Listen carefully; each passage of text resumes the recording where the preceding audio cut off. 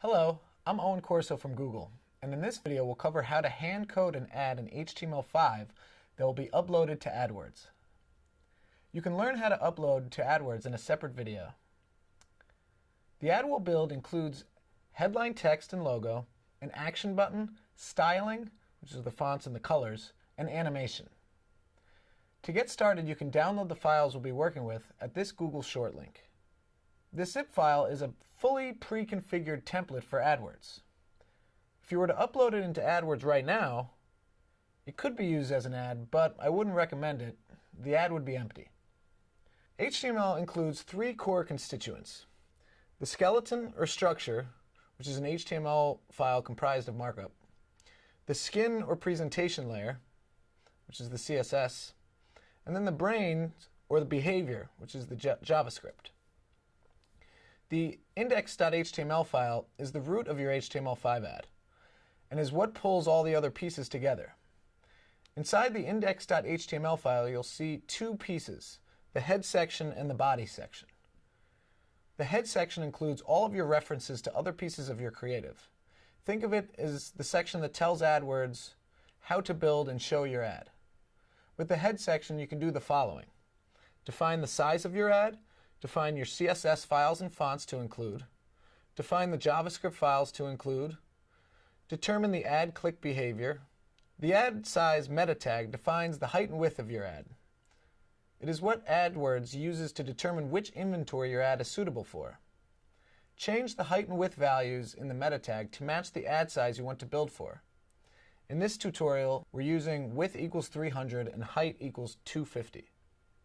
This code defines the CSS and font files that our ad needs to render properly.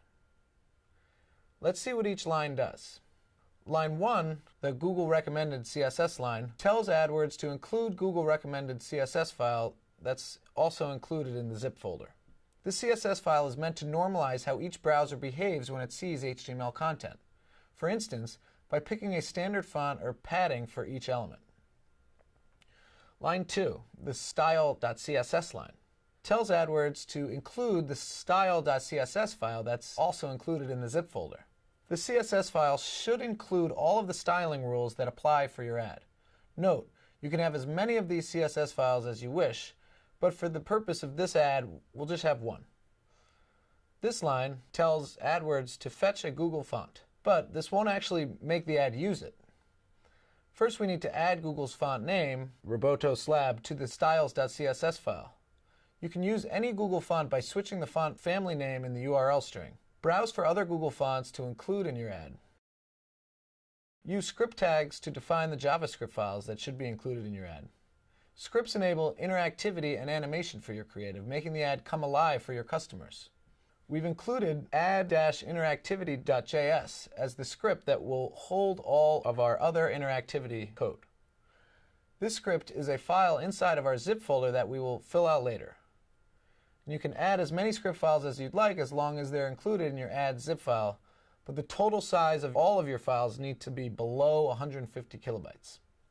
The last thing the head section does is define how your customers will leave your ad and go to your landing page. There are two ways customers can click out of your ad. The first way is to navigate to your landing page by clicking anywhere on the whole ad, which is done automatically, so no extra code is required. The second way to exit is by clicking on an individual element and including the exit API script in the head section and running some of that on user click. The exit API script adds the necessary JavaScript code for supporting custom behavior to exit. Later in this tutorial, we'll see how to use the exit API script. The body section of the index.html file is where the actual content of our ad is stored. As you can see, the body section includes a header section, an image tag for a logo, a button tag for a call to action. The style.css and the Google recommended styles.css files determine how the content should look. The Google recommended styles host rules that make sure each browser has a consistent set of rules. We recommend that you keep the CSS file for all your projects, but it is not required. The CSS file is for the specific style sheet for this creative, and it includes all of the rules that make your ad look like our ad, and think of it as a coat of paint that's applied to the top of the content in the HTML file. The AdInteractivity.js file defines how the content in the HTML file interacts with the customer. Will it animate? What will happen when a user clicks our button? These are answered by the JavaScript defined in our ad. Note that all of the images we want to include in our ad must be included in the zip. We call these local files because they're included inside the ad as opposed to external files which are located outside of the ad file. External files are not allowed for HTML5 ads in AdWords unless they are a Google font or a Google hosted version of jQuery. Now that you have all of the pieces of the ad, you can start building the content with the index.html file with this code. Open the index.html file in a browser window to preview your ad. It should look something like this. Now open the AdInteractivity.js file in any editor and paste this code. This JavaScript does three things. First, it calls an anonymous function on page load. Second, in that function, we save a reference to our call to action button in a local variable. Then third, we add a listener to that call to action button that calls our exit API.exit script on click. The exit API.exit function tells AdWords to leave your ad and go to the landing page. You can call this function only via click-based events, things like button clicks, anchor clicks, etc. Otherwise, AdWords will ignore it. Now that you've added content to your ad, you can add some style to it using CSS. To preview your ad, you should restrict its size dimensions to 300 pixels wide by 200 pixels high. If anything is outside of this 300 by 250 box, it won't show. Keeping the ad within these dimensions will make it easier to view as your users will see it. Use the following CSS code to give the ad its basic style. Remember how we added the Roboto slab font in the head section of our ad? Well, it's not yet formatting anything yet. We'll have to tell the ad to use it on all of our elements, like this. Next, we're going to format the header's background and make sure that header text is white.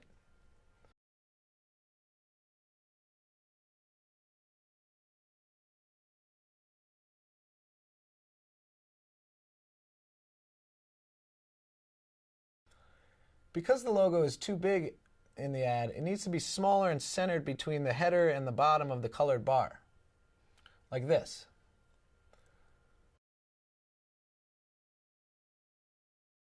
The last part we need to format is the call to action button. As you saw in the mock above, it's way too small and improperly placed. We'll have to expand its padding, change up its color, and position it in the ad, like this. Well, now the ad looks good, but it's still an image ad. Let's animate. Animations can be achieved in several ways, such as using a Google-hosted third-party library like jQuery, or natively using JavaScript and CSS. CSS transitions can animate between two different states. For example, we want the headline and Learn More button to fade in and slide up from the bottom. For the headline, copy this CSS into the style.css file.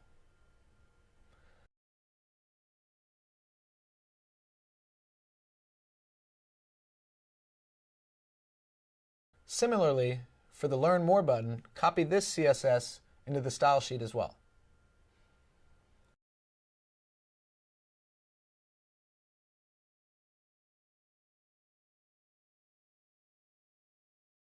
Now your ad should look like this. We're ready to upload our ad, so let's compress the file so AdWords can accept the upload. You can upload your HTML5 zip file the same way you uploaded any other image ad. And great, now you're done.